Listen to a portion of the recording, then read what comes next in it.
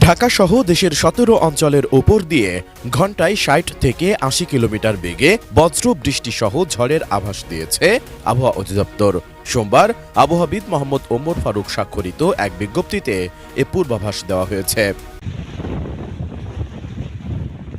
বিজ্ঞপ্তিতে বলা হয়েছে, রাত ১টার মধ্যে রংপুর, রাজশাহী, পাবনা, টাঙ্গাইল, ময়মনসিংহ, ঢাকা, ফরিদপুর, কুষ্টিয়া, যশোর, খুলনা, বরিশাল, পটুয়াখালী, কুমিল্লা, নোয়াখালী, চট্টগ্রাম, কক্সবাজার এবং সিলেট অঞ্চলের ওপর দিয়ে দক্ষিণ পূর্ব ও পূর্ব দিক থেকে ঘণ্টায় ৬০ থেকে ৮০ কিলোমিটার বেগে বৃষ্টি অথবা বজ্র বৃষ্টি সহ অস্থায়ীভাবে ঝোড়ো হাওয়া বয়ে যেতে পারে।